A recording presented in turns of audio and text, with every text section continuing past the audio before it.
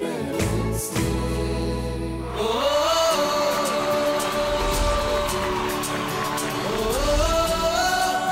Happy parents ডেতে আপনাদের আবারও স্বাগত জানাই। Happy parents day bonded with dendrites super quick. ছোঁয়ালেই জুড়ে যায়। আমাদের সব পথ এসে মিলে গেছে শেষে যেখানে, সেখানেই দাঁড়িয়ে আছেন আমাদের বাবা মারা। আর সেটাই আমাদের উদযাপনের মঞ্চ, কেননা এমন মানুষরা দাঁড়িয়ে আছেন যাদের নিয়ে আমাদের উৎসব, যাদের নিয়ে আমাদের উদযাপন। আর সেই ইচ্ছে পূরণের উদযাপনের উৎসবে আজ আমাদের সঙ্গে সামিল হয়েছে দুজন মানুষ। একেবারে প্রথমে ডেকে নেব পিউকে। পিউ, আপনাকে স্বাগত।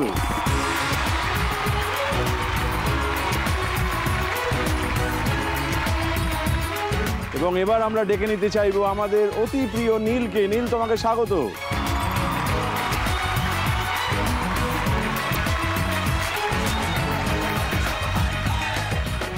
আমি প্রথমে কি তুমি বলেই ডাকি? প্রথমে আপনি বলেছি, কিন্তু তুমি বলে ডাকলে সুবিধা হয়, পট করে এটা বেশ গুরুজন গুরুজন ভাব হয়।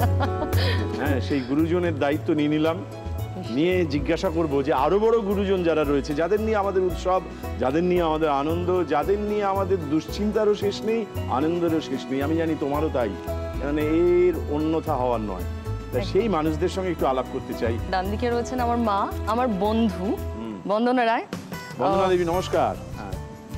আমার বাবা এবং আমার সাইলেন্ট সাপোর্টার আমার সমস্ত কাজে নির্মল রায়। নির্মল বাবু, নমস্কার।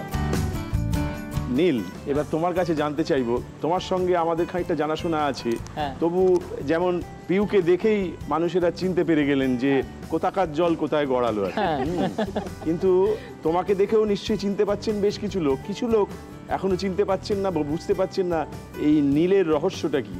নিজের এবং মায়ের রহস্য উন্মোচন করো। রহস্য বলতে আমি আমার পরিচয়টা দিয়ে রাখি একটু। আমি আরজে নীল, ফিভার 104 FM থেকে একটু আধটু অভিনয় করার শখ রাখি। হ্যাঁ, একবার তো আমরা জানি, একটু সৌভাগ্য হয়েছে একসাথে কাজ করার। কিংসুকদা, আপনি আজকে তাড়াতাড়ি এসেছেন। কিন্তু তার সঙ্গে সঙ্গে মার কথা একটু বেশি করে বলি, যেহেতু আজকে মায়েরই দিন। মার ব্যাপারে এইটুকু বলতে পারি যে she has always been my inspiration. সবসময় একটা ইন্সপায়ার করে এসছেন। খুব প্রত্যক্ষভাবে যে ইন্সপায়ার করেছেন সেটা নয়, মানে হাতে ধরিয়ে শিখিয়ে পড়িয়ে সেরকম নয়, তবে ওনার কাজের মাধ্যমে আমি অনুপ্রাণিত হয়েছি। কারণ উনি নিজে একজন অভিনেত্রী ছিলেন এবং তুমি খুব অ্যাপ্রিসিয়েট করবে আমার মনে হয় আজকের দিনে, কারণ উনি লিটল থিয়েটার গ্রুপে অভিনয় করেছেন উৎপল দত্তর সঙ্গে। আর তাছাড়াও সিনেমায় অভিনয় করেছেন উত্তম কুমারের সঙ্গে। ওনার প্রথম ছবি বিলম্বিত লয়, এবং ওনাকে দেখেই এই ইন্ডাস্ট্রিতে আসার একটা ইচ্ছা, যেটা ওনাকে দেখেই। এবং ডেফিনেটলি বন্ধুত্ব তো একটা মারাত্মক আছেই। বাহ, এই যে মা সম্পর্কে যে নীল এত সুন্দর করে বললো, আপনার কেমন বোধ হচ্ছিল তখন? আমার বেশ ভালোই লাগছে, কারণ আমার ছেলে আমার সম্পর্কে বলছে, এটা বেশ ভালোই লেগেছে। ছেলে তো বরাবরই আপনার সম্পর্কে ভালোই বলে, এমনি তো ভালো কথাই বলেও। তাই ওই যে কথার খানিকটা কারিগর। হ্যাঁ, গর্ব হয় ছেলের জন্য। গর্ব মানে গর্বটা ঠিক বলা ঠিক না, তবে খুবই ভালো লাগে, খুবই আনন্দ হয়। বেশ, তোমার মা কিন্তু সাবধানী। মা তোমাকে ভালোবাসেন, কিন্তু গর্ব শব্দটা ব্যবহার করতে চান না, পাছে লোকে বলে যে মা বাড়িয়ে বলছে। দেখেছো, ওর প্রশংসা করেন না, আমি বলি না। আমি খালি ওকে বলি, যখন আমি প্রশংসা করব না জানবে তখন ঠিক হচ্ছে, আর খারাপ হলে আমি বলি এটা একদম ঠিক হচ্ছে না। কিন্তু ভালো হলে বলেন না ভালো হচ্ছে না, কেন বলতে চান না? ও তখন বুঝে নেয় যে আমাকে কিছু বলছে না যখন, তার মানে ঠিক হচ্ছে। তার মানে ওটাই আপনার ভালো বলার ধরন হতে পারে, সেটা ও এটা বুঝতে পারে। একটা কথা এই বিষয়ে বলার, মানে মা হচ্ছেন, আমি এরকম একজন কমিটেড দর্শক পেয়েছি। আমার ক্যারিয়ার 12 বছর একটু বেশি হয়েছে। এক যুগ। তো ওই এক যুগ ধরে একজন দর্শক, যিনি প্রতিটা শো, সেটা ভোর 4টেতে হলেও, সেটা রাত 1টাতে হলেও, এবং করে SMS, যদি SMSটা না আসে আমি মাকে তখন SMS ব্যাক করি ব্রেকের সময়, যে তুমি কি ঘুমোচ্ছ, বাড়িতে কি লোডশেডিং? তো তখন দেখি আবার একটা রিপ্লাই, না আমি দেখছি, ঠিক আছে, কিছু হলে বলবো। এই যে কথাটা বললো, আমার একটা সন্ন্যাসীদের গল্প মনে করিয়ে দিল। এক দল সন্ন্যাসীকে তাদের গুরুদেব বললেন যে যাও তোমরা কিরম করে উপাসনা করো ঠাকুরের, আমি দেখব, পরীক্ষা করব, তোমরা কে কত তদ্গতভাবে উপাসনা করতে পারো বা আরাধনা করতে পারো। তো ওরা সবাই যেরকম করে সেইটাকে খুব মন দিয়ে করতে থাকলো। সকালে ওঠা, তারপর ধ্যান করা, তারপর একটু খেয়ে নেওয়া, তারপরে আবার একটু ধ্যান করা, তারপরে একটু এদিক ওদিকার কাজকর্ম করার, যেটা নাকি ঠাকুরেরই কল্যাণে হচ্ছে বা ওনার জন্য হচ্ছে। তারপরে আবার একটু ঘুমোনো, তারপরে একটু খাওয়া, আবার আরাধনা, আবার উপাসনা, এইসব করছে। আর একজন ওদের পরিচর্যা করে এরকম একজন মানুষ ছিলেন যে নাকি জানে যে এই সন্ন্যাসীর দল এবার খাবে, তাই ঠিক করে খাবারটা তৈরি করে দিত, বিছানাগুলো ঝেড়ে রাখতো, যাতে ওরা ঠিক করে আরাধনা করতে পারে। ঠিক ঠিক। এবং দিনের শেষে গিয়ে যখন ওদের পরীক্ষা হলো, তখন দেখা গেল ওদের যে গুরুদেব, সেই লোকটিকে যে নাকি ঠিক সময়ে বিছানাটা গুছিয়ে দিত, কোনো কথা বলতো না, ঠিক সময়ে খাবারটি জুগিয়ে দিত, কোনো কথা বলতো না, তাকেই বললো যে তুমি আমার শ্রেষ্ঠ উপাসক। কেননা ওরা সবাই আমি বলেছি বলে আরাধনা করতো এবং ঠিকভাবে করতো। আর তুমি কোনো মন্ত্রোচ্চারণ না করে, কোনো উপাচার না নিয়ে, কোনো আয়োজন না করে, যা তোমার কাজ ওদের জন্য সেইটাকে পরিপাটি করে করতে, তুমিই তো শ্রেষ্ঠ আমার উপাসক। একদম। মা হলেন সেই রকম। একদম। বেশ, এই গল্পটা মনে পড়ে গেল। আমরা এখানে মা বাবার জন্য একটা ইচ্ছে পূরণের খেলা খেলি। খেলাটাকে আমরা 4টে ভাগে ভাগ করে নিয়েছি, 4টি ইচ্ছে পূরণের জন্য। প্রথম পর্ব, দ্বিতীয় পর্ব, তৃতীয় পর্ব, চতুর্থ পর্ব। প্রথম পর্বে আমরা 50 নম্বর জোগাড় করতে বলি। যদি 50 জোগাড় হয় তাহলেই প্রথম ইচ্ছে পূরণ। দ্বিতীয় পর্বে আরো 50 অর্থাৎ 100, তাহলেই দ্বিতীয় ইচ্ছে পূরণ। তৃতীয় পর্বে আরো 50, 150, তাহলে তৃতীয় ইচ্ছে পূরণ। এবং চতুর্থ পর্বে আরো 50 অর্থাৎ 200, চতুর্থ ইচ্ছে পূরণ। এই হলো সহজ সরল খেলা। যিনি বিজয়ী বা বিজয়িনী হবেন তাকে এমন একজন মানুষের কাছে পৌঁছতে হবে যিনি এই মুহূর্তে আমাদের দিকে তাকিয়ে আছেন। তিনি হয়তো বাবা মা, তিনি হয়তো সন্তান, একটু বিপন্ন অবস্থার মধ্যে আছেন। তিনি কোনো ইচ্ছে করেছেন, সেই ইচ্ছেটা আমরা পূরণ করতে চাইব তোমাদের হাত দিয়ে, মানে তোমাদের মধ্যে যে বিজয়ী বা বিজয়িনী হবে। মঞ্জু দেবনাথ, বউবাজারের বাসিন্দা, বয়স 65 বছর। 8 বছর বয়সে বাংলাদেশ থেকে এদেশে চলে আসেন। দাদা বৌদির কাছে মানুষ। গত 4 বছরের মধ্যে দাদা বৌদিকে হারান। 2 ভাই ও 6 বোন। 2 ভাই ও 3 বোন গত হয়েছেন। বাকিরা কেউ খোঁজ খবর নেন না। দুধের ডিপোতে কমিশনের ভিত্তিতে সামান্য কাজ করেন। আমার খুব সামান্য রোজগার, 12 টাকার ভাত, একটা লঙ্কা দিয়ে খাই, মাঝে মাঝে 1 টাকার চিপস কিনি, আর রাত্রিবেলা মুড়ি বাতাসা খাই। অবিবাহিত নিঃসঙ্গ মঞ্জু দেবী ইচ্ছা প্রকাশ করেছেন কিছু বাসনপত্রের ও বিছানাপত্রের।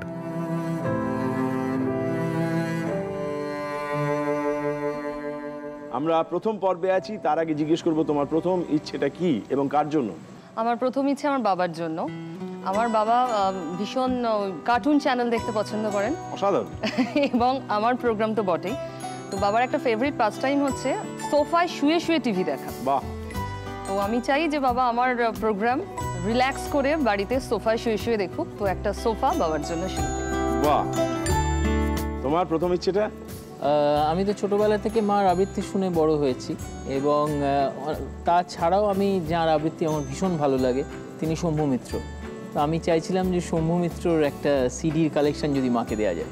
বাহ, দারুণ। দুটো ইচ্ছেই খুব অন্যরকম। প্রথম পর্বে আমরা ঢুকছি। প্রথম ইচ্ছে পূরণের জন্য আজকের প্রথম প্রশ্নটা পিউ তোমার কাছে আসবে, দেখে নি।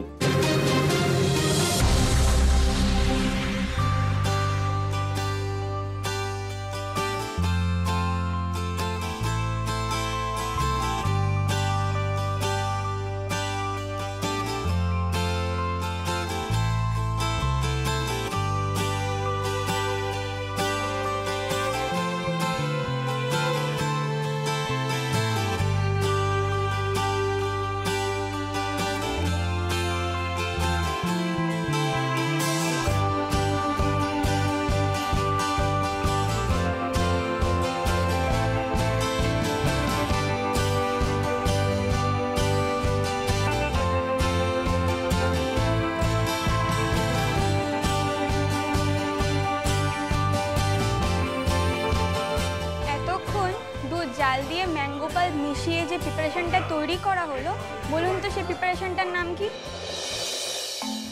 ম্যাঙ্গো আর দুধের তো অনেক রকম প্রিপারেশন হয়, কিন্তু এটাকে আমরা কি বলি? যা চেহারা চরিত্র পেলাম, ম্যাঙ্গো রাবড়ি হয়ে থাকে, আম ক্ষীর, আম দই। আমরা এটাকে কি বলবো? এতগুলো অপশনে না গিয়ে যা দেখেছি, আম দই বলছি। তুমি কি এসব খেতে ভালোবাসো? আমি ডেজার্ট ভীষণ পছন্দ করি। বাহ, দারুণ ব্যাপার। বেশ, তোমার আম দই উত্তরটা নিলাম। তুমি কি চ্যালেঞ্জ করতে চাও? না, বেশ, করবো না। আমরা এবার দেখতে চাইবো পিউ এর কাছ থেকে যে উত্তরটা পেয়েছি সেটা ঠিক না ভুল।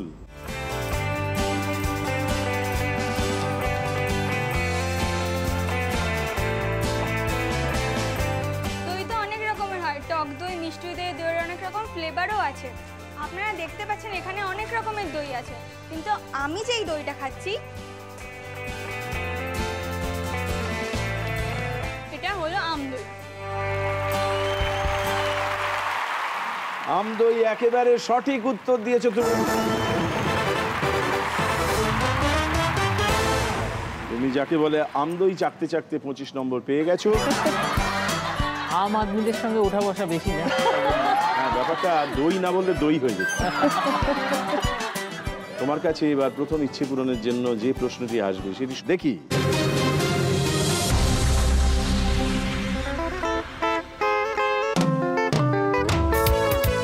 বিধান সরণির ওপর উত্তর কলকাতার এই জলাশয়টি আমাদের অনেকেরই চেনা, কিন্তু গায়ে গায়ে বাড়ি, দোকানপাট, ট্রাম লাইন, প্রাতঃভ্রমণ, সাঁতার, সারাদিন স্কটিশ চার্চ কলেজের ছেলে মেয়েদের হইচই দেখে বোঝার উপায় নেই একসময় এটিই ছিল গভীর জঙ্গল। ছায়া ঢাকা অন্ধকার জলাশয়টিতে তখন হিংস্র পশুরা এসে জড়ো হতো জল খেতে। লোকে ভয়ে এদিকে আসতো না। শহর বাড়ার সঙ্গে সঙ্গে জলাশয়টি সংস্কার করা হয়। কলকাতার সবচেয়ে পুরনো সুইমিং ক্লাবগুলি তৈরি হয় কলেজ স্কোয়ারে এবং এই জলাশয়টিতে। ব্রিটিশরা পুকুরটির নামকরণ করে কর্নওয়ালিস স্কোয়ার। এখন এটির নাম আজাদ হিন্দ বাগ। জলাশয়টি আরেকটি নামেও আমাদের কাছে পরিচিত। আজাদ হিন্দ বাগের আরেকটি নাম কি?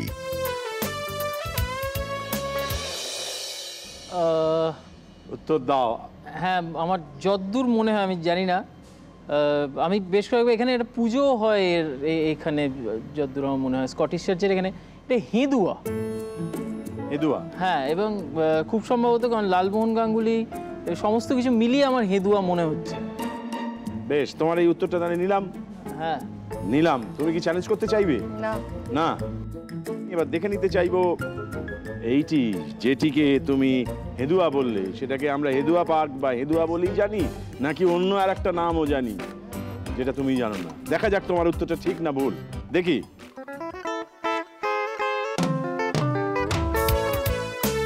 আজাদ হিন্দ বাগের আরেকটি নাম হেদুয়া বা হেদো। তার মানে হেদুয়া যে উত্তরটা তোমার কাছ থেকে শুনেছি সেটা একেবারে সঠিক।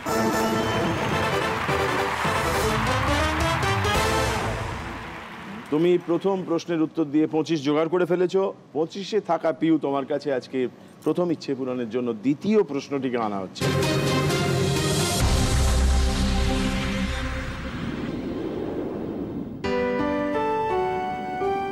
নমস্কার দেবশঙ্কর বাবু, আমি তপন চট্টোপাধ্যায়, আমি ছবি আঁকি। আজকে আপনার এই সুন্দর অনুষ্ঠানে যোগদান করতে পেরে খুব ভালো লাগছে।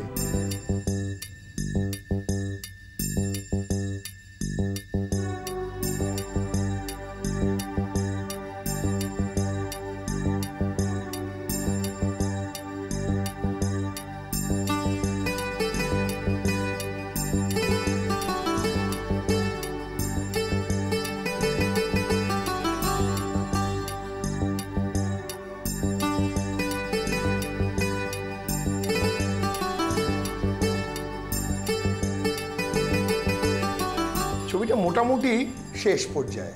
এই যে পদ্ধতি ছবি আঁকার, এই পদ্ধতিকে কি বলে?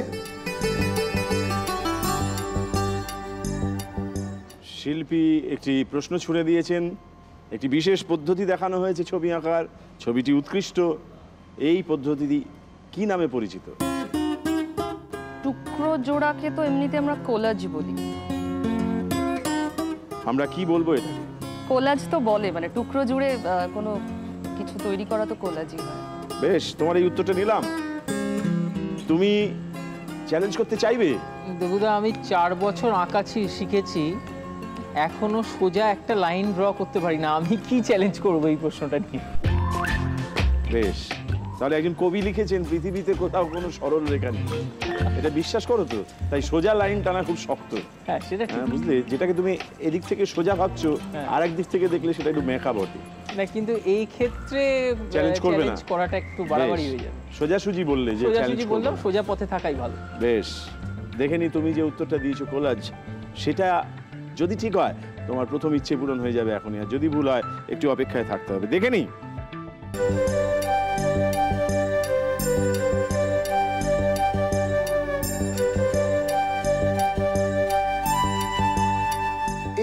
কাগজটা প্রথম তৈরি হয় ফরাসি দেশে।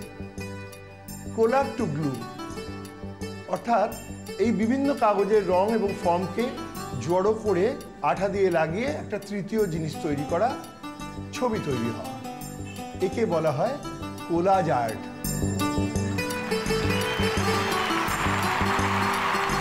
তার মানে তোমার কাছে যে উত্তর পেয়েছি সেটি একেবারে সঠিক উত্তর হয়েছে।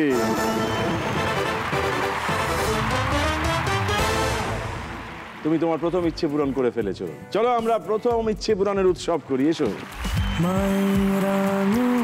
আঁকড়ে চলি বাবার পায়ে পায়ে, আজও গাছে ঠান্ডা ছায়া ছেলেবেলার। কেমন লাগছে? কি এবার গুছিয়ে এর মধ্যে শুয়ে পড়তে পারবেন তো, যখন ওরা পাশে থাকবে না? শুয়ে শুয়ে কার্টুন চ্যানেল দেখবেন।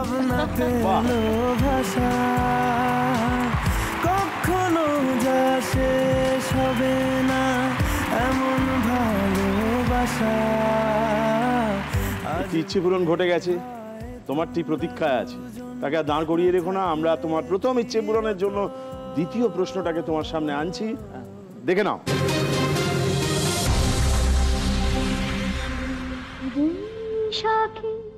দেখা হলো দুজনা, জুষ্টিতে হলো পরিচয়, আসছে আষাঢ় মাস, মন তাই ভাবছে কি হয় কি হয়, কি জানি কি হয়। এক বৈশাখে দেখা হলো দুজনা।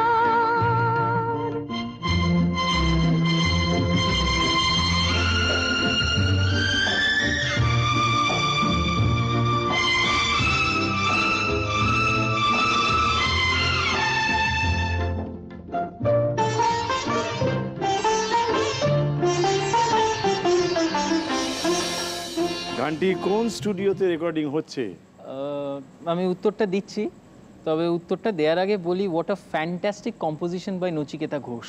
I think we should all give a huge round of applause. সে তো সময় দিয়ে দিয়েছে, কাল দিয়ে দিয়েছে, অদ্ভুত।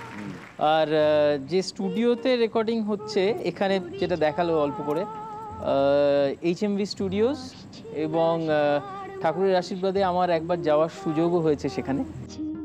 এই উত্তরটা HMV স্টুডিওজই হবে, কারণ এখানে দেখালো একবার। সিনেমাটা দেখেছো? হ্যাঁ, ছবিটা তো না দেখলে পরে বিরাট বড় একটা অন্যায় হয়ে যাবে, কারণ এইটা বিলম্বিত লয় আমার মায়ের অভিনীত প্রথম ছবি, এবং এই ছবিতে উত্তম কুমারের সঙ্গে মার পুরো অভিনয়ের গল্পটা আমি শুনেছি। অ্যাকচুয়ালি উত্তম কুমারের কথা আমরা সবাই জানি যে তিনি রোম্যান্টিক নায়ক, বিরাট অভিনেতা, কিন্তু এই পুরো স্টারডামটার পেছনে, এই অভিনয়ের পেছনে যে অধ্যাবসা কতটা, সেইটা আমি শুনেছি মার থেকে। কারণ একটা শট ছিল যেটা মার দৌড়ে দৌড়ে আসবে, সিনটা হচ্ছে মারা গেছে, উত্তম কুমারের মা মারা গেছেন, এবং মা দৌড়ে দৌড়ে আসবে, এসে বলবে দাদা মা মারা যাওয়ার আগে তোর কথা খুব বলছিল। এই শটটা যতক্ষণ মাকে বোঝানো হয়েছে, মা তখন একেবারে নতুন লিটল থিয়েটার গ্রুপে অভিনয় করেন, সরোজ দে বোঝাচ্ছেন। উত্তম কুমার যতক্ষণ মাকে বোঝানো হলো, উনি কিন্তু ওই একই নিজের পজিশনে দাঁড়িয়েছিলেন, এবং অভিনেতা হিসেবে আমি আর তোমার সামনে বা মার সামনে কি বলবো, যতটুকু একটু অভিজ্ঞতা আছে, একটা মুডের খুব দরকার হয়, and he was in the mood Uttam Kumar এবং ওনার কাছে ওই সিনটা 1 মিনিটে করে বেরিয়ে যাওয়ার সিন, কিন্তু উনি নিজের পজিশন থেকে সরেননি, ওই জায়গায় দাঁড়িয়েছিলেন, এবং ওখানে দাঁড়িয়ে শটটা হয়ে গেল যখন, ইট ওয়াজ ওয়ান টেক ওকে।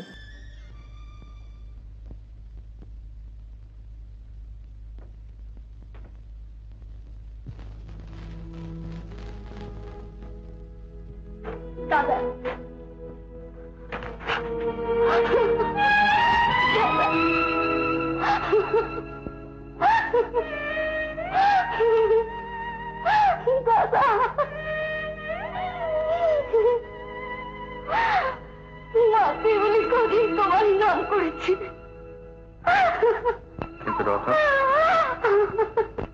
আমি তো কোনো খবর পাইনি।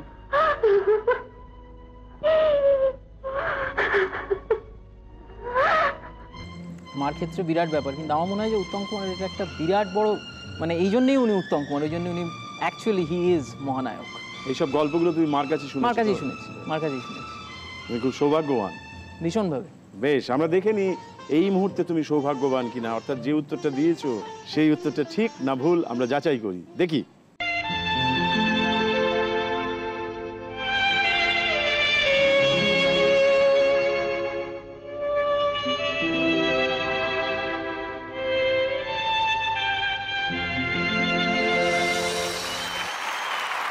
তুমি একেবারে সঠিক উত্তর দিয়েছো।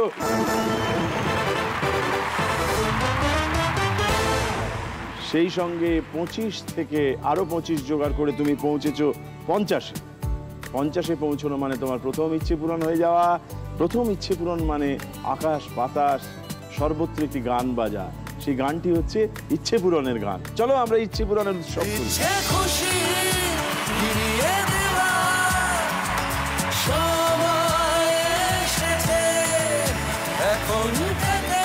পছন্দ তো? পছন্দ? এবার শুনবেন যখন, তখন মনে পড়বে ছেলে ইচ্ছে পূরণ করলো একটা অনুষ্ঠানে এসে। ছোঁয়ালেই জুড়ে যায়। এইবারে জানতে চাইবো দ্বিতীয় ইচ্ছেটা কি পিউ? মা বাবা হাওড়ায় থাকেন এখন, আমি ওখানেই বড় হয়েছি। ওখানে একটি রামকৃষ্ণ মঠ আছে, সেখানে কিছু অনাথ বাচ্চা আছে, যোগেশ্বরী রামকৃষ্ণ মঠ। তো 12 জন অনাথ বাচ্চা আছে, ওদের জন্য যদি স্কুল ব্যাগ, কিছু চকলেট, পেন্সিল বক্স ইত্যাদি দেওয়া যায়। বাহ, মা অনেকদিন ধরে দিতে চাইছেন, তো যদি এটা এখান থেকে পূর্ণ হয়। ভারী সুন্দর ইচ্ছে। তোমার দ্বিতীয় ইচ্ছেটা কি? আমি একটা ওয়াটার পিউরিফায়ার মাকে দিতে চাই, কারণ আজকাল পিওর তো বেশি কিছু পাওয়া যায় না, জলটা যদি একটু পিওরলি দেওয়া যায় আর কি, তাই জন্য একটা ওয়াটার পিউরিফায়ার মাকে দিতে চাই আর কি। আপনার কাছ থেকে জানতে চাইবো যে এই যে আপনি যে অভিনয়ের মধ্যে দিয়ে একটা দীর্ঘ সময় এলেন, তারপরে ও যে এখন যে কাজটা করে, এটা কি তারই ফলশ্রুতি? মানে এই ইচ্ছেটা কি আপনি জাগ্রত করে দিয়েছিলেন ওর ভেতরে? হ্যাঁ, একদম ছোটবেলা থেকে তাই। গানটা নিজের থেকেই ভালো গায়, ও শেখে টেকে নি গান। তার ছোটবেলা থেকেই খুব গান করতে ভালোবাসে, মানে করে যায়, নিজের মনেই করে যায়, সেটা শেখা টেকা নয়। তা আমি ভেবেছিলাম যে গানের দিকেই ওকে দেব, এই ইচ্ছেটা আমার খুব ছিল। কিন্তু গানে গেল না, ও গেল না, ওর খালি এই দিকে ঝোঁক, এই গ্রুপ থিয়েটার বলো, ও বলো, তা বলো, ওই দিকে ওর ঝোঁক চলে গেছিল। তখন আমরা গ্রুপ থিয়েটারে যেতে গেলে অনেক সময় দিতে হবে, ও বলে যে ওইটাই আমি করবো। অ্যাকচুয়ালি যেটা হয়েছিল সেটা হচ্ছে যে যখন আমি শুরু করি আর কি, সেই সময় মা একটা জিনিস বলেছিল, সেটা হচ্ছে যে এটা কিন্তু যতটা কালারফুল মনে হচ্ছে, এটা ঠিক ততটাই সাংঘাতিক রকমের একটা দুর্গম পথ। মানে এখানে হয়তো 20টা দরজায় নক করলে একটা দরজা খুলবে, সেই দরজা দিয়েও তুমি দেখবে যে আরও 20 জন ঢোকার চেষ্টা করছে। তো ইটস দ্যাট টাফ। তো সেইটা আমার কাছে একটুখানি প্রথমে একটু ভয়াবহই ব্যাপারটা ছিল, কিন্তু তারপর মনে হলো যে দেখি একটু চেষ্টা চরিত্র করে, সবাই যদি পারে তাহলে আমি পারবো না কেন, গোছের একটা ব্যাপার ছিল, খুব ইজি মনে হতো। ঢুকে দেখলাম একদমই ইজি নয়, ভীষণ টাফ। তারপর তো কিছুটা অভিনয় করার চেষ্টা, কিছুটা নিজের মতন অ্যাঙ্কারিং করার চেষ্টা, সেগুলো করতে করতে একটা রেডিও জকি হান্ট হওয়া, সেই রেডিও জকি হান্টে আই গট সিলেক্টেড হয়ে তারপর একটা জার্নি শুরু। 10 বছর কমপ্লিট করলাম রেডিওতে এই 2016-এ। তো তবে যখন তুমি স্টুডিওর ভেতরে থাকো তখন তো একা থাকো? আমি একা থাকি, হ্যাঁ। আর সামনে কিছু যন্ত্রপাতি? সামনে যন্ত্রপাতি। তবে আমাদেরকে রেডিও জকিংয়ে প্রথমেই একটা জিনিস বলা হয় যে তোমাকে ভাবতে হবে যে তুমি সেই একজন বন্ধুর সঙ্গে কথা বলছো, যেই বন্ধুটা তোমার ভীষণ প্রিয়। ইনফ্যাক্ট আমি যখন প্রথম ট্রেনিং শুরু করি, সেই সময় আমাকে ছবি নিয়ে যেতে বলা হতো, যে তুমি সবচেয়ে যাকে বেশি ভালোবাসো তার ছবিটা নিয়ে যাও, এই ছবিটা নিয়ে গিয়ে তুমি তার সঙ্গে কথা বলার চেষ্টা করো। আমি এটা করতে পারতাম না, কারণ আমি স্ক্রিপ্ট করে করি, এখনও আমি স্ক্রিপ্ট করে রেডিও জকিং করি।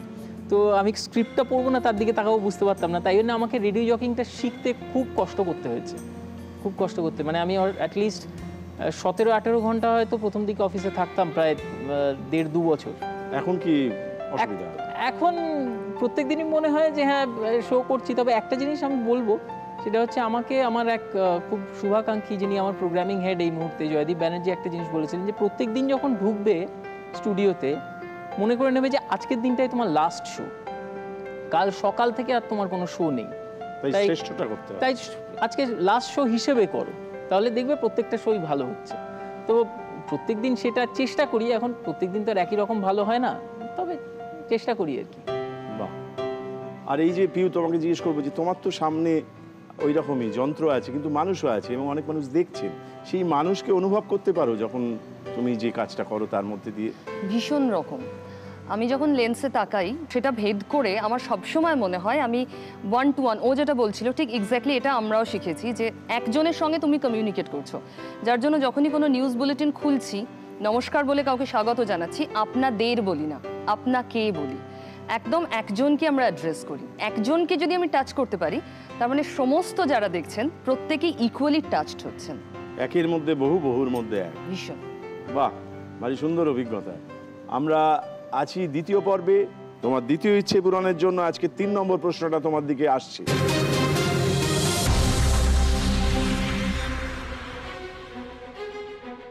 কদিন আগেও এই বাড়িটিই ছিল এ রাজ্যের প্রশাসনিক কাজকর্মের প্রধান কেন্দ্র, মহাকরণ রাইটার্স বিল্ডিং।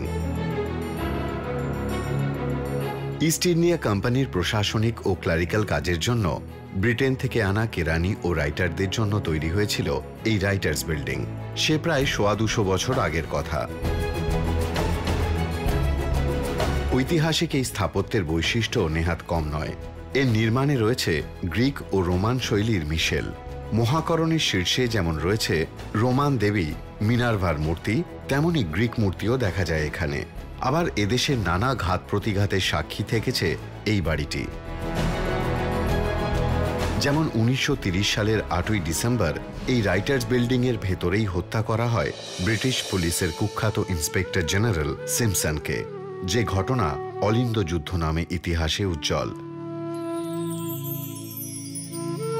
কোন কোন স্বাধীনতা সংগ্রামীর প্রত্যক্ষ যোগ ছিল এই অলিন্দ যুদ্ধে?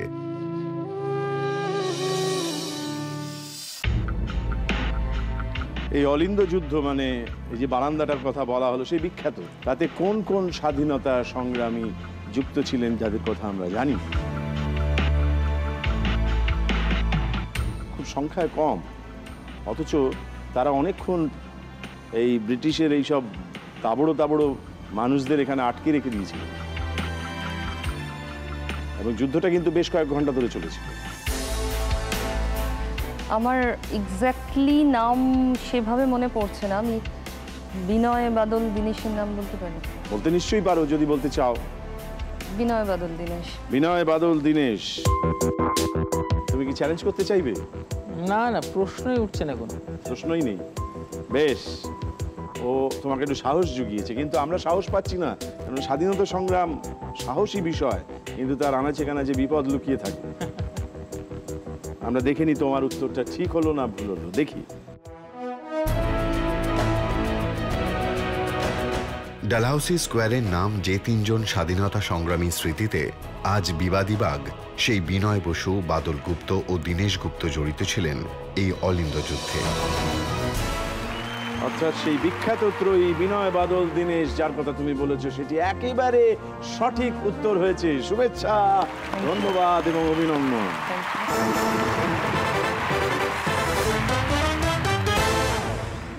এই যুদ্ধের পর আমরা জানতে পারলাম তুমি 75-এ পৌঁছে।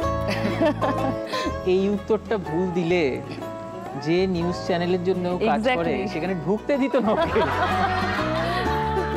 ওকে 75-এ দাঁড় করিয়ে তোমার কাছে আসছি। তোমার দ্বিতীয় ইচ্ছে পূরণের জন্য তৃতীয় প্রশ্নটাকে আনা হচ্ছে, দেখো তারপর উত্তর দাও।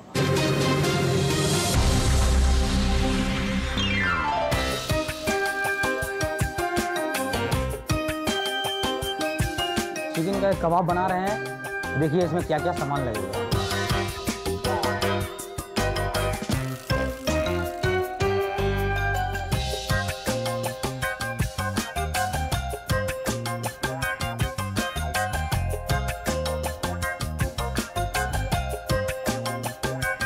সব জিনিসটা দেওয়া হয়ে গেছে, এবার এটাকে মাখতে হবে।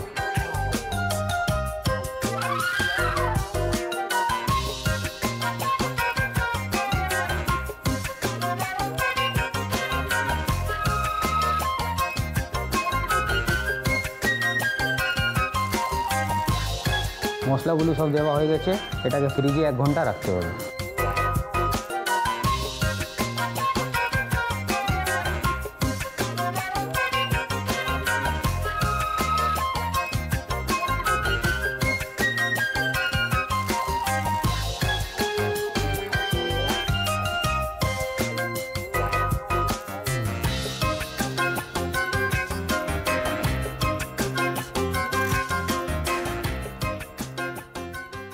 কাবাবটি তৈরি হলো, মহার্ঘ কাবাব। এটির নাম কি? প্রথমে তো খিদে পেয়ে গেছে প্রচন্ড, তার মধ্যে কাবাব টাবাব দেখানোর পর অ্যাপেটাইজার খুবই মুশকিল। কাবাবটার নাম কি কি ব্যবহার হয়েছে? পালং শাক, পুদিনা পাতা। পালং শাক, পুদিনা পাতা।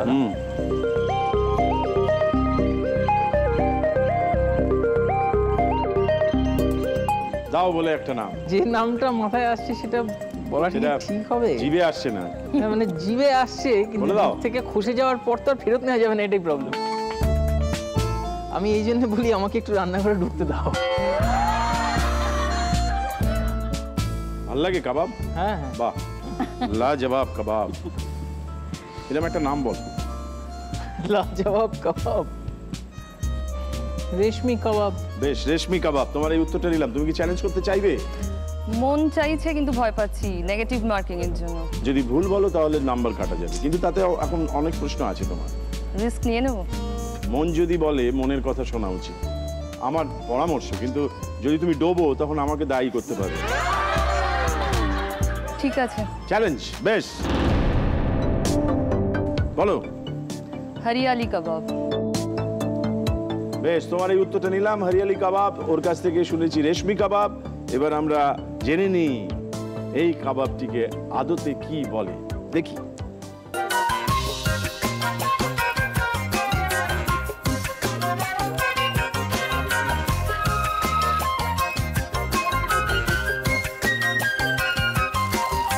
এই যে কাবাবটা আমি খাচ্ছি এর নাম হচ্ছে চিকেন হরিয়ালি কাবাব। তার মানে রিস্ক নিয়ে তুমি ঠিকই করেছো, কারণ তোমার উত্তরটা একেবারে সঠিক হয়েছে। বলতে পার তোকে আমি খুব বকতাম, তাহলে এটা নিয়ে বকতাম। তাহলে জিতলে আমাদের সবাইকে কাবাব খাইতে পারি। নিশ্চয়ই। কিন্তু দুর্ভাগ্যবশত তোমার কাছ থেকে যে উত্তরটা পাওয়া গিয়েছে সেটা ভুল হয়েছে।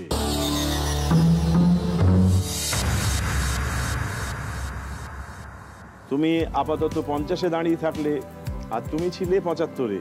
আরো 25 জোগাড় করে ফেললে, একটু রিস্ক নিলে বলে। তাই তুমি পৌঁছে গেলে 100-তে। 100-তে পৌঁছানো মানে তোমার দ্বিতীয় ইচ্ছে পূরণ। চলো আমরা আবার উৎসব করি, এসো।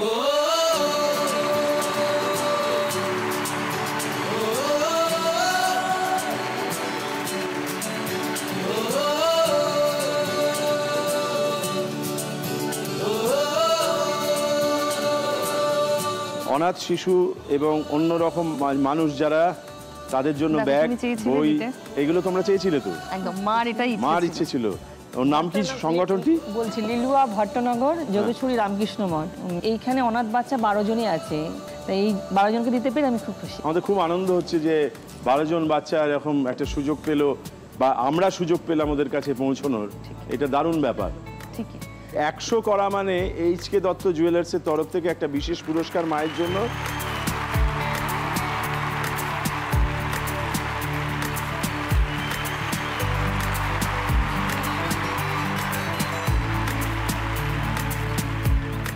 কি মাকে কেমন লাগছে? আমার তো খুব সুন্দর লাগছে। তোমার দ্বিতীয় ইচ্ছে পূরণ হয়ে গেছে, তোমার তৃতীয় ইচ্ছেটা জানতে চাইবো। মার আমি শুরুতেই বললাম আমরা খুব বন্ধু। আমাদের একটা খুব প্রিয় একসঙ্গে সময় কাটানোর উপায় হচ্ছে ঘুরে ঘুরে শপিং করা আর একসঙ্গে খাওয়া দাওয়া করা কোথাও একটা গিয়ে। আজকে তো মা বাবার দিন, মার সেটাও খুব ভালো লাগবে যদি আমি সেটা মাকে উপহার দিতে পারি, শপিং। বাহ, তোমারই বরাদ্দ প্রশ্নটি আসবে, তুমি চ্যালেঞ্জ করতে পারো, কেন তোমার থেকে ও 25 নম্বর ছিনিয়ে নিয়েছে একটু আগে।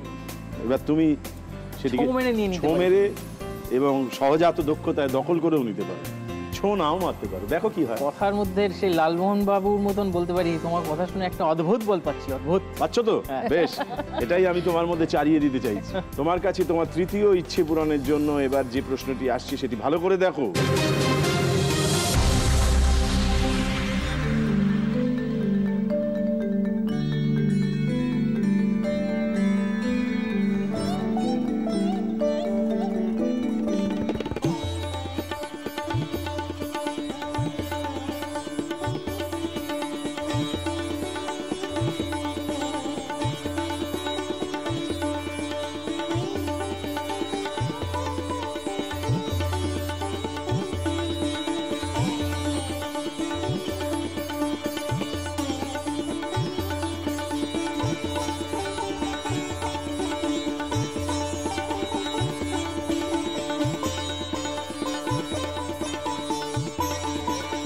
আপনারা যে এতক্ষণ এই গোল্ড প্লেটেড জুয়েলারি চুড়ির উপরে এই বিশেষ ধরনের রং দিয়ে বিভিন্ন রকম ডিজাইন তৈরি হলো, এই বিশেষ রং করার পদ্ধতিটিকে বা কাজটিকে কি বলা হয়?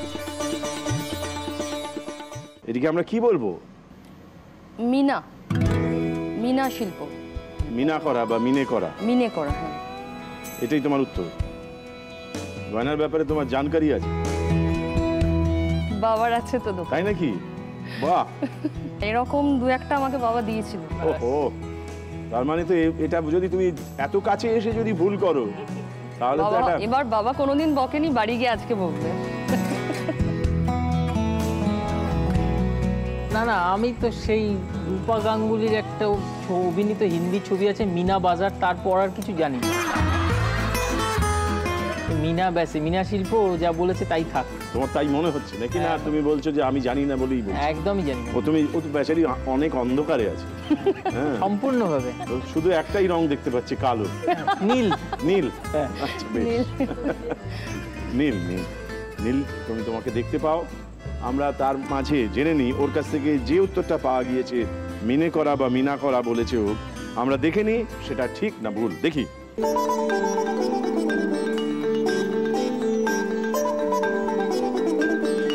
এতক্ষণ ধরে চুড়ির উপরে যে বিশেষ রঙের কাজটি করা হলো, এই কাজটিকে বলা হয় মিনেকারি কাজ।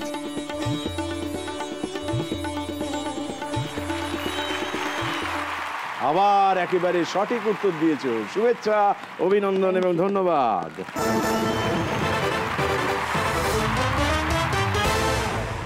এই যে মিনে বা মিনা, এই শব্দটার মানে পার্সি ভাষায় স্বর্গের নীল রং। স্বর্গের নীল রং, সেই থেকে এই রংটা বা এই ধরনটা করবার ক্ষেত্রে এই ব্যবহার হয় শব্দের। তারপরে আরো নানান রং ব্যবহার হয়েছে, কিন্তু মূলত ওইখান থেকেই এটির উৎপত্তি। তাই তুমি পৌঁছে গেলে 125-এ। 125-এ তোমার একটু অপেক্ষায় রাখলাম। এবার যাব তোমার কাছে তোমার দ্বিতীয় ইচ্ছে পূরণের জন্য। এবার একটি সাধারণ প্রশ্ন করতে পারি অথবা জাদু প্রশ্ন করতে পারি, কোনটা চাইবে? সাধারণটাতেই যাই। 25 নম্বরের প্রশ্ন ভালো করে দেখো এবং 25 নম্বর জোগাড় করে ফেলো।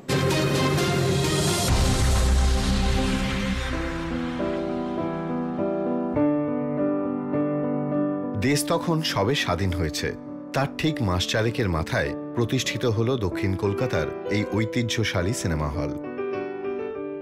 তারপর 60-70-এর দশকে তা হয়ে উঠল টালিগঞ্জের তারকাদের খুব প্রিয় একটি আড্ডার জায়গা। উত্তম কুমার, সৌমিত্র চট্টোপাধ্যায়, হেমন্ত মুখোপাধ্যায়, শ্যামল মিত্র থেকে সত্যজিৎ রায়, মান্না দে, সুচিত্রা সেন, অমিতাভ বচ্চন, বহু গুণীজনের পায়ের ধুলো পড়েছে এই প্রেক্ষাগৃহে। পথের পাঁচালী থেকে অ্যান্টনি ফিরিঙ্গি, সোনার কেল্লা থেকে অযান্ত্রিক, একের পর এক কালজয়ী ছবির প্রিমিয়ার শোয়ের সাক্ষী থেকেছে সে। আজ এই রূপলী পর্দা আর তার সোনালী অতীত যেন অনেকটাই ফিকে, তবু সে টিকে রয়েছে। এই হাই ডেফিনেশন রংচঙে সময়ে দাঁড়িয়ে সাদা কালো প্রিন্টের মতো শহর কলকাতার একটা ইতিহাসকে সে বুকে করে আগলে রেখেছে। কলকাতার এই ঐতিহ্যবাহী সিনেমা হলের নাম কি?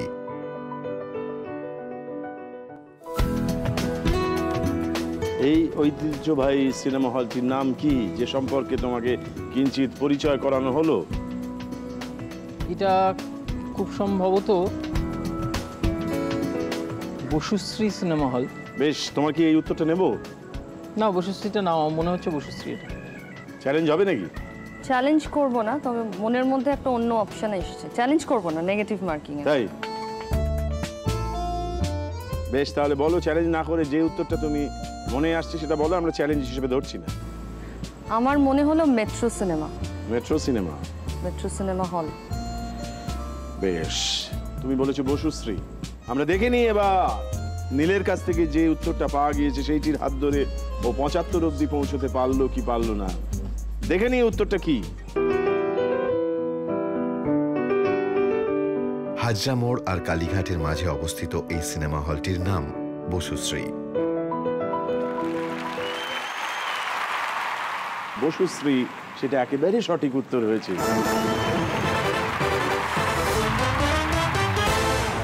এই সিনেমা হলটার সঙ্গে একটা আমার লাইফের একটা খুব ইম্পর্ট্যান্ট একটা দিন জড়িয়ে আছে, সেটা একটু শেয়ার করে নিই। ভালো। সেটা হচ্ছে মা আমাকে নিয়ে একটা মানে অনেক জায়গায় যেতে ছোটোবেলায় যখন যেতাম আর কি। তো এই সিনেমা হলে সে বছর খুব সম্ভবত পয়লা বৈশাখ ছিল বোধহয়, আমি লাইভ সন্ধ্যা মুখোপাধ্যায়ের শো দেখেছিলাম। কোন গান শুনেছিলে যেটা মনে আছে? আমার যেমন মনে আছে ওই তুমি না হয় রহিতে কাছে, কিছুক্ষণ আরো না হয় রহিতে কাছে, আরো কিছু কথা না হয় বলিতে মোরে, এই মধুক্ষণ মধুময় হয়ে না হয় উঠিত ভোরে, আরো কিছু কথা না হয় বলিতে মোরে। অসাধারণ সন্ধ্যা মুখার্জির সব গান, এগুলো সব শুনেছিলাম ওখানে। এটা অন্যরকম স্মৃতি তো বটেই, অসাধারণ। কিন্তু আমাদের পরিসংখ্যান বলছে তুমি পৌঁছে গেছো 75-এ। 75-এ তোমাকে একটু অপেক্ষায় রাখছি। তুমি আছো 125-এ। এবার তোমার কাছে একটি সাধারণ প্রশ্ন করবো না জাদু প্রশ্ন করবো? সাধারণটাই। বেশ, দেখা যাক।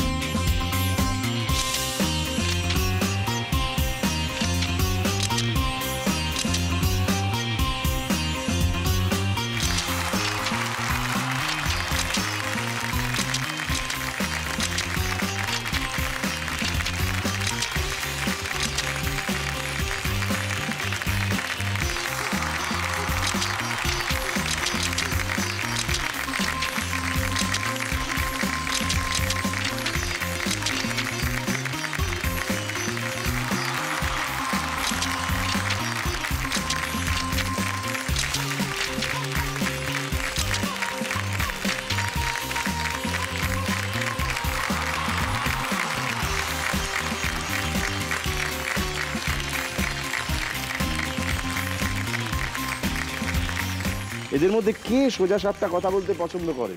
আমরা যা ইঙ্গিত রেখে গেছি তার থেকে তোমার মনে হচ্ছে, এবং কেন ব্যাখ্যা করতে হবে।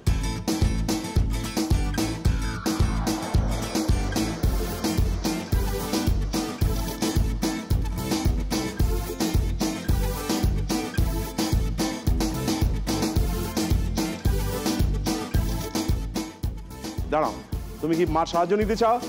ঠিক আছে, সাহায্য নাও সাহায্য।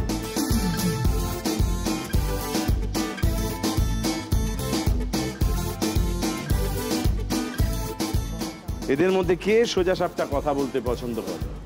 আমার মনে হলো মা যেটা বললো সেটা হচ্ছে প্রথম জন। কারণটা কি? অ ক আছে পেছনে, অ আর ক আছে দেওয়ালে, আর হাতে পট ধরে রাখা, অকপট। সবটা মেলালে অকপট হচ্ছে। অকপট মানে একেবারে মনের কথাটা বলে ফেলা। বেশ, তোমার এই উত্তরটা নিলাম। চ্যালেঞ্জ করতে চাইবে? অকপটে ফটাফট ভালো ভালো উত্তর দিয়ে দিচ্ছে, কি আর বলবো আমি। বেশ, উত্তরটা ঠিক না ভুল? অর্থাৎ তোমার তৃতীয় ইচ্ছে পূরণ এখনই হচ্ছে না আরেকটু পরে? দেখি।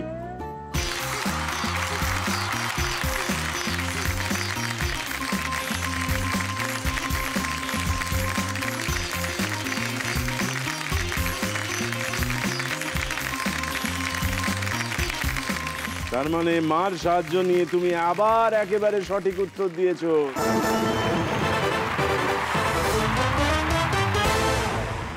150-এ পৌঁছানো হয়ে গেল। 150-এ পৌঁছানো মানে তোমার তৃতীয় ইচ্ছে পূরণ। কিন্তু তার আগে আমি তোমাকে বলবো, এই যে তুমি টেলিভিশনে কাজ করো, একটা অন্যরকম কাজ করো, অনেক মানুষ তোমাকে দেখে, তোমার এই পাড়াটার পিছনে আমরা তোমার মাকে দেখতে পাচ্ছি আজকে। একদম, এটা আজকের এই ছোট্ট উদাহরণটা আমার পুরো ক্যারিয়ার গ্রাফটাকে ডিফাইন করছে। একদম মা। আর আমি শুরুতেই বলেছিলাম বাবা সাইলেন্ট সাপোর্টার। আমি যখন স্ট্রাগলটা শুরু করি একদম শুরুতে, হাতে খুব কম টাকা মাইনে আসে, তখন নিজের মতো করে মানে যাতায়াতটুকু আমার সেই টাকায় হতো না, এতটাই কম পেতাম। এবং আমার ডিউটি রস্টার পড়তো আইদার ভোর 4টে না হলে রাত 12টা। এবং আমাকে সেখান থেকে, সেই সংস্থা থেকে বলা হয়েছিল, তুমি তো ট্রেনি, তো আমরা তোমাকে বিশেষ কিছু ফ্যাসিলিটি, লজিস্টিক ফ্যাসিলিটি প্রোভাইড করতে পারবো না। আমি তখন হাওড়ায় থাকি, তুমি যদি এত দূর থেকে নিজে যাতায়াত করতে পারো তাহলে আমাদের অসুবিধা নেই, আমরা তোমাকে এই স্লটগুলোতে দিতে পারি। বাবা বলে কোনো চিন্তা করিস না। রোজ ভোর 4টের সময় মাফলার বেঁধে সোয়েটার পরে, বাবাও তাই, বাইকে বসিয়ে আমাকে হাওড়া থেকে যোধপুর পার্ক বাবা দাঁড়িয়ে থাকতেন, আমার বাড়ি নিয়ে যেতেন। যেদিন রাতে থাকতো, রাত 12টার পরেও আমি কোনো লজিস্টিক পেতাম না, বাবা আবার বাইরে দাঁড়িয়ে থাকতেন, আমি বেরিয়ে বাবার বাইকে করে আবার বাড়ি ফিরতাম। বাবা না থাকলে আমার এই জার্নি কখনো শুরুই হতো না, আমি ছেড়ে দিতাম হাল। এবং বাবার মানে ব্যবসার কাজে ভীষণ ব্যস্ত, তখন আরও বেশি ব্যস্ত ছিলেন, কিন্তু ওই তুঙ্গে ব্যস্ততার মধ্যেও বাবা আমার জন্য ঠিক সময়টা, তাতে ব্যবসার ক্ষতি হয় হোক, মেয়ে চাইছে মেয়ের ওই ড্রিমটা ফুলফিল করি, দেখি নাও কি করতে পারে। এরপরেও যদি তুমি তোমার বাবাকে জিজ্ঞেস করো, মানে এই মুহূর্তে যদি আমি তোমার বাবাকে জিজ্ঞেস করি, বলবে ও আর এমন কি? একদম, একদম তাই, ঠিক ওনার মনের কথা বলেছি, একদম তাই। কিঞ্চিত চিনতে পারছি মানুষ। তোমার বাবার ভঙ্গিমা আমার মুখে এই ভাষা জোগালো, এই অকপট স্বীকারোক্তি যে এ আর এমন কি। বেশ, তুমি একটি ইচ্ছে পূরণ করেছো, সেই ইচ্ছে পূরণ আমরা এক্ষুনি ঘটাবো, আমরা উৎসব করব, আনন্দ করবো। এসো।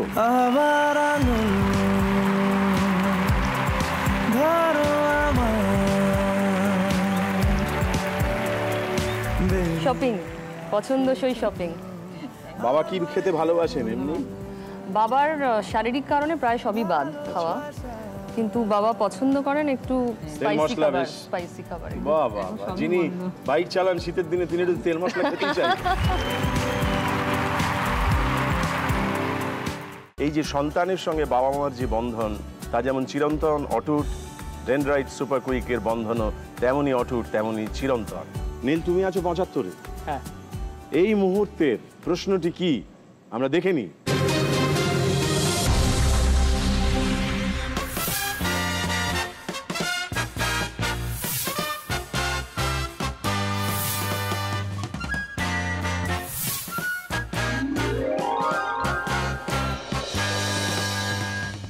বেশ, এই 3টি ছবির থেকে একটি শব্দকে আমরা খুঁজে পাবো যা 3টি ছবির সঙ্গেই কোনো না কোনোভাবে সম্পর্কিত।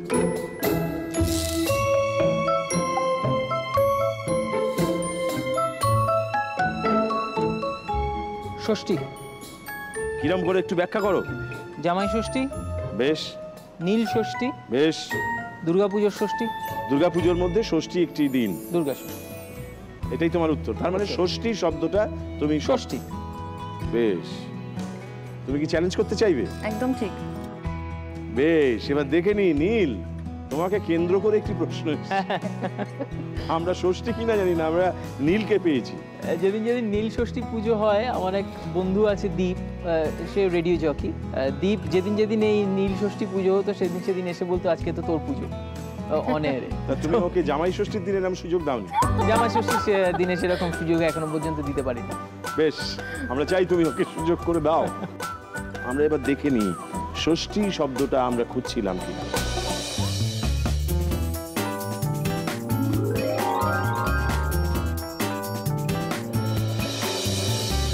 তার মানে আমরা জানলাম তোমার উত্তর একেবারে সঠিক উত্তর।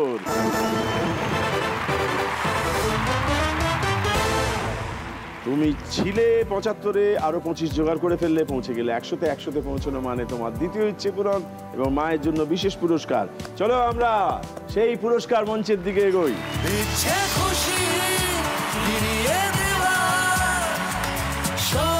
আমি ঠিক এটাই চেয়েছিলাম। Thank you so much. This is really special.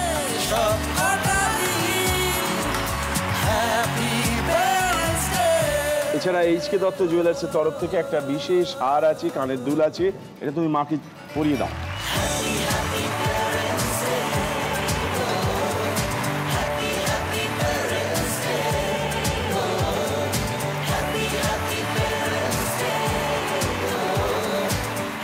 তিন নম্বর ইচ্ছেটা কি? মা তো এমনি খাওয়াতে ভালোবাসে, তো আমার মনে হয় বাচ্চাদেরকে যদি একটু খাওয়ানো যেত কোনো কোথাও কোনো সংস্থায় গিয়ে, তাহলে পরে সেটা ভালো হতো। আমি চাই এই মাধ্যমে যদি এই ইচ্ছেটা পূর্ণ করা যায়। বাহ, নিশ্চয়ই খাওয়ানো যায়। মা তোমার একটি অন্যরকম অনুপ্রেরণা, এটা বলেছো বারবার, কিন্তু তোমার এই পাশটা ফাঁকা আছে।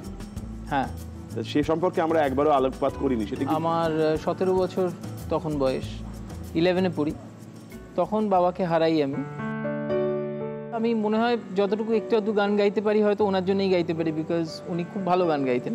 যে আমি যখন যখন গান করি আমার মনে হয় যে উনি আমার সঙ্গে আছেন। তাহলে আজকে উনি আমাদের সঙ্গে ছিলেন, কেন তুমি দুকলি গিয়েছো। হ্যাঁ, খুব ভালো। আর বাবার একটা স্মৃতি লাস্ট আমার যেটা হয়েছিল সেটা হচ্ছে ওই 96 সালেই, মানে যে বছর উনি মারা যান অগস্ট মাসে, তার আগে আইসিএসসি পাশ করার পর একটা সময় আসে যখন একটা পার্টিকুলার স্কুলে অ্যাডমিশন নেওয়ার জন্য কিছু টাকার দরকার হয়। তখন বাবার একটুখানি ক্রাইসিস ছিল ফাইন্যান্সিয়াল।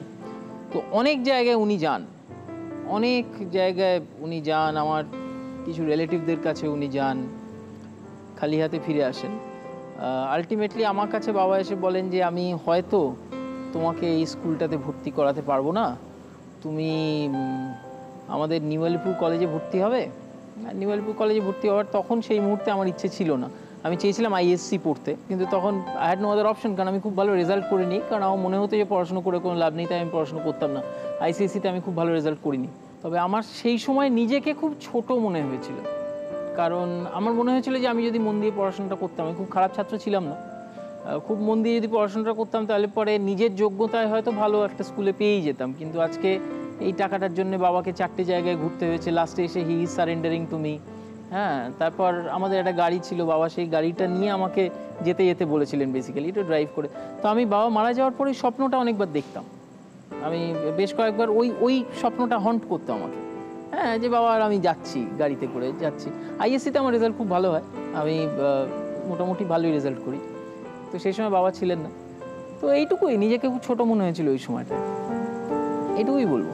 আর বাকি তো যা আছে সেটা মার জন্যে আছে, মা ছিল, আছে, এখনও ঝগড়া হয়, প্রচণ্ড ঝগড়া হয়, কারণ মাও ভীষণ হট টেম্পার্ড, আমিও ভীষণ হট টেম্পার্ড। তারপর দুজনে উত্তম কুমারের সিনেমা দেখি বসে, মোটামুটি উত্তম কুমার প্যাসিফাই করে দেন আমাদের দুজনকে একসাথে। তোমাদের এরকম ঝগড়াঝাটি চলুক, আবার উত্তম কুমারও তোমাদের মাঝখানে এসে দাঁড়াক। আমরা তোমার কাছে যাবো এবার, 4 নম্বর ইচ্ছে, সেইটি আরেকবার জেনে নিই। আমার মা বাবা আমাকে বড় করতে করতে এত ব্যস্ত ছিলেন এবং আর্থিকভাবেও মানে সবটাই আমার পেছনে ঢালতে ঢালতে সেইভাবে কোথাও বেড়ানো হয়নি ওদের। আমি জোর করে ওই কাছাকাছি কোথাও নিয়ে যাই ওদের মাঝে মাঝে। তো যদি মা বাবাকে কাশ্মীর দেখাতে পারি, ওদের খুব ইচ্ছা কাশ্মীর দেখার। একটি সাধারণ 25 নম্বরের প্রশ্ন আর একটি 50 নম্বরের জাদু প্রশ্ন। তুমি আছো 150-তে, জাদু প্রশ্নটি যদি তুমি ঠিক বলতে পারো তাহলে তুমি পৌঁছে যাবে 200-তে। তা তুমি কি সেটাই চাইবে, নাকি তুমি 175-এ পৌঁছতে চাইবে, তারপরে জাদু প্রশ্ন নিতে চাইবে, কি করতে চাইবে? 75, মানে সাধারণ প্রশ্ন চাইবে। বেশ, তোমার আজকে শেষ সাধারণ প্রশ্ন, প্রায় বাংলার শেষ স্বাধীন নবাবের মতো। তোমার শেষ সাধারণ প্রশ্নটিকে তোমার সামনে আনা হচ্ছে, ভালো করে দেখো, তারপর 175-এ পৌঁছবার চেষ্টা করো, দেখা যাক।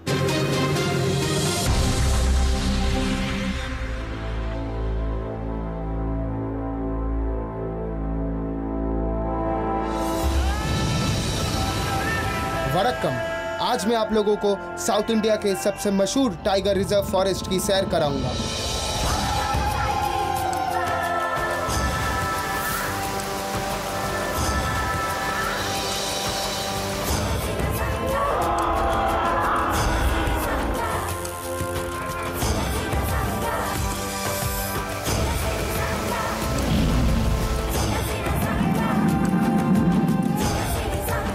केरला में अवस्थित ये जंगल जाना जाता है अपने फेमस लेक के लिए। बैम्बू राफ्टिंग, जंगल ट्रेल्स और काफी ऐसी एडवेंचर स्पोर्ट्स के लिए मशहूर इस नेशनल पार्क का नाम क्या है?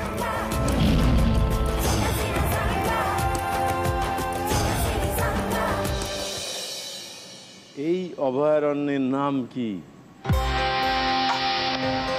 এটা কেরালায়। বেশ, আমার মাথায় যেটা আসছে সেটা বন্দিপুর, সেটা সম্ভবত কর্ণাটকে।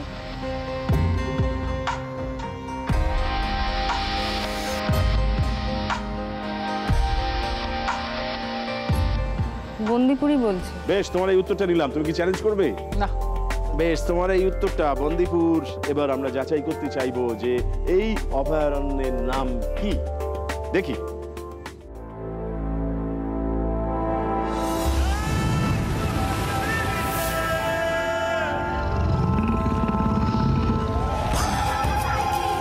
वणक्कम देवशंकर दा, ये पेरियार टाइगर रिजर्व फॉरेस्ट है।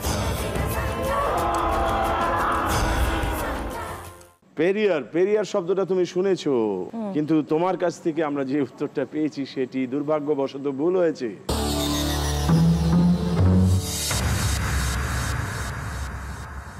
তোমার কাছে যাব তোমার তৃতীয় ইচ্ছে পূরণের জন্য। তুমি কি তোমার জাদু প্রশ্নটা চাইবে এখনই? জাদু প্রশ্নই হোক। বেশ, আমরা দেখে নিই তোমার আজকে জাদু প্রশ্নটি কি আছে। দেখো,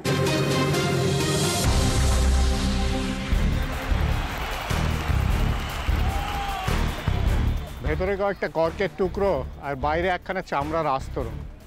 160 থেকে 163 গ্রাম ওজনের এই ছোট্ট বলটি নিয়ে কত ইমোশন, কত উত্তেজনা। ধোনি যখন সপাটে এনাকে মাঠের বাইরে গ্যালারিতে পাঠান, সারা ভারত হাততালি দিয়ে ওঠে।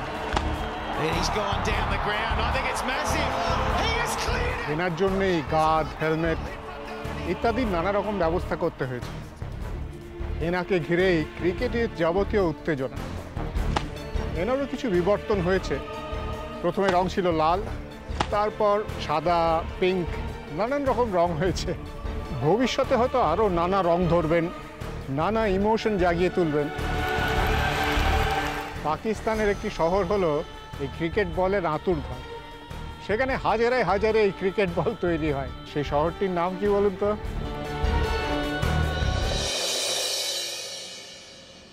এর থেকে বেটার হতো যদি তুমি আমাকে শোয়েব আক্তারের সামনে দাঁড় করিয়ে দিতে, এসে ফুল লেংথ একটা বল করতো, আমি দুম করে একখানে খেয়ে পড়ে যেতাম। কিন্তু পড়বার আগে আমি তোমাকে জিজ্ঞেস করতাম যে বলটা খেলে সেই বলটা কোথায় তৈরি হতো? কোথায় তৈরি হতো? মানে এতগুলো শহর পাকিস্তানে, ওখানে এত বড় বড় সব বোলাররা জন্মগ্রহণ করেছেন। কিন্তু তোমার কি মনে হয়, তুমি একটু ভাবো। মেইনলি দুটো শহরের মধ্যে ভীষণ কি কি, একটা লাহোর, একটা ইসলামাবাদ। জানি না কোনটা ঠিক হবে।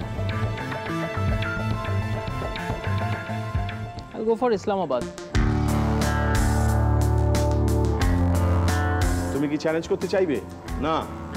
বেশ, এবার দেখে নেব তোমার কাছে জাদু প্রশ্নের যে উত্তর পাওয়া গিয়েছে সেজন্য তোমাকে আমরা 50 নম্বর দিতে পাচ্ছি, নাকি তোমাকে দাঁড় করিয়ে দিচ্ছি একটা কঠিন সময়ের মুখোমুখি। দেখি তোমার উত্তরটা ঠিক না ভুল।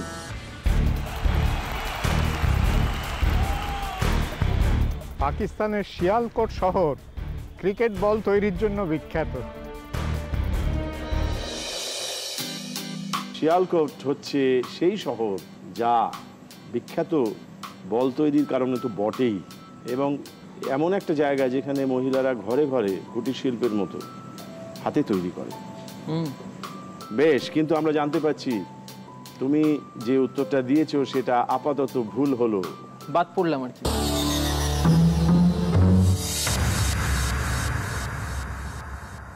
আমরা তোমাকে 100-তে দাঁড় করিয়ে রেখে যাব ওর কাছে। পিউ, তোমার আজকে শেষ প্রশ্ন, তোমার জাদু প্রশ্ন বাকি আছে, অর্থাৎ সেটি 50 নম্বরে। সেটা চ্যালেঞ্জ করতে পারি? নিশ্চয়ই চ্যালেঞ্জ করবার গণতান্ত্রিক অধিকার তোমার রয়েছে। তুমি ভালো করে দেখো, এই জাদু প্রশ্নটির উত্তর দাও এবং 50 দখল করে নাও। দেখে নি তোমার জাদু প্রশ্নটা সেটি কি আছে।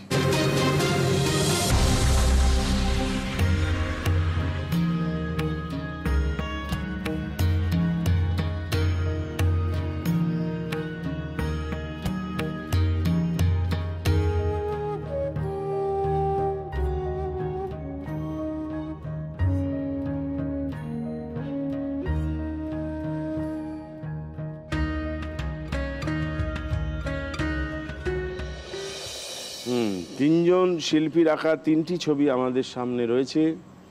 এই 3টি ছবির মধ্যে মিল কি?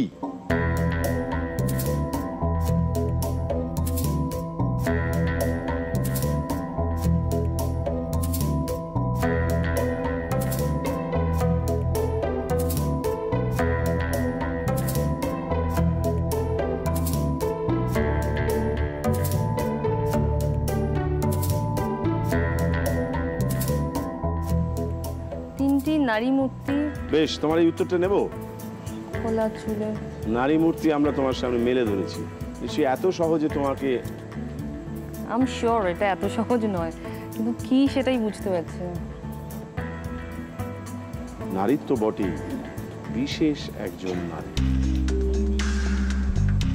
তার মানে সেই নারীর অনুপ্রেরণায় 3 শিল্পী 3টি ছবি এঁকেছে। সেই নারীকে আমরা চিনি সবাই, জানি সবাই। মোনালিসা। প্রথম যে মুখটা দুর্গা মায়ের মতো, মোনালিসার মুখের সঙ্গে মিল আছে, শুধু হাসিটা নেই। বেশ, তোমার এই উত্তরটা নিলাম। তুমি কি চ্যালেঞ্জ করতে চাইবে? না। বেশ, এবার আমরা দেখে নিই তোমার কাছে যে উত্তরটা পেয়েছি, আজকে শেষ উত্তর তোমার, সেটির হাত ধরে তুমি আরো 50 জোগাড় করতে পারলে কিনা, অর্থাৎ তোমার চতুর্থ ইচ্ছে পূরণ হলো কি না দেখি। চারিদিকে জীবনের সমুদ্র সফেন, আমারই দুদণ্ড শান্তি দিয়েছিল নাটোরের বনলতা সেন।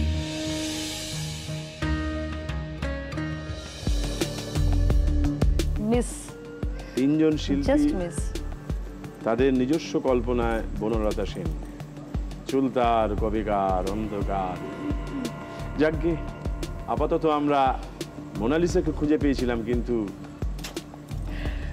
ঘরের পাশের বনলতা সেনকে পাইনি। তাই এ যাত্রায় তোমার উত্তরটা ভুল হলো।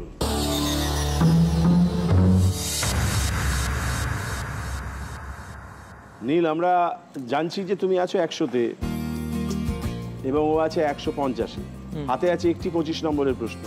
সেই প্রশ্নের উত্তর যেই পারুক, তা দিয়ে আমাদের কোনো ইচ্ছে পূরণ হবে না। তাই এই প্রশ্নটা অর্থহীন এই মুহূর্তে। এই প্রশ্নটা অনেকটা ওই সিরিজে কোনো একটা টুর্নামেন্ট খেলতে গিয়ে সিরিজটা হেরে যাওয়ার পর ওই যে ম্যাচটা বাকি থাকে, হ্যাঁ, ওই রুটিন ম্যাচ খেলার মতন হয়ে গেছে আর কি, যার মধ্যে সমস্ত 12th ম্যানদের নাও খেলানো হয়। একেবারে শেষে এসে পৌঁছেছি আমরা অনুষ্ঠানের। এসো সবাই সামনে।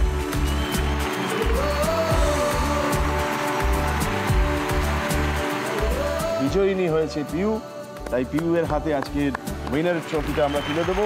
তোমরা ছিলে বলেই ছিল স্বপ্নগুলো কাছে। এই ছবিটা তোমাদের 3 জনের অনুষ্ঠানে এটা বাবার হাতে তুলে দিলাম, তোমাদের বাড়িতে নিশ্চয়ই থাকবে। দারুণ গিফট একটা 3 জনের একসঙ্গে। আর এই শাড়িটা আদি মোহিনী মোহন কাঞ্জিলালের তরফ থেকে স্বর্ণালী কাঞ্জিলালের ডিজাইন করা একটা বিশেষ শাড়ি।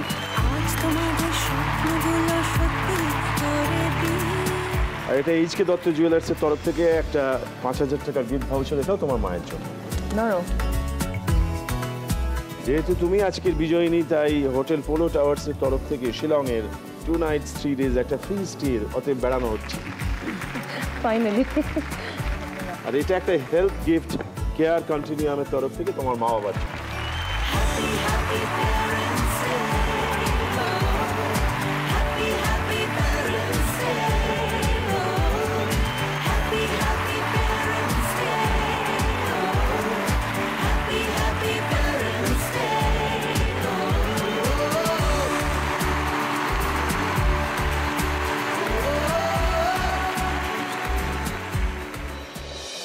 মঞ্জু দেবনাথের কথা শুনেছি আমি, আজ আমি যাচ্ছি তার কাছে।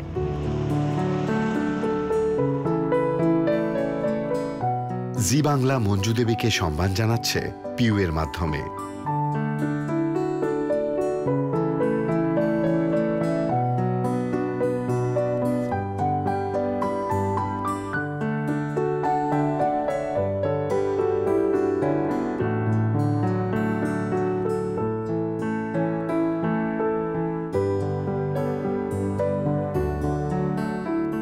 যতটুকু আমার পক্ষে সম্ভব হয়েছে আমি আজ তোমাকে দিলাম। পুজোর 2টো নতুন শাড়ি তুমি অবশ্যই কিন্তু পরবে অষ্টমীর দিন। আর ওই রোজ 12 টাকা দিয়ে শুধু ভাত এনে খেও না, স্টোভে রান্না করো, আমার ভালো লাগবে।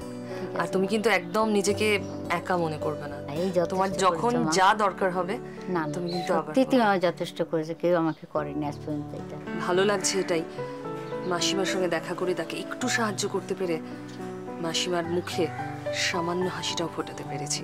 আর এরকম একটা প্রয়াসে আমাকে সামিল করার জন্য ধন্যবাদ জি বাংলাকে, ধন্যবাদ হ্যাপি প্যারেন্টস ডে।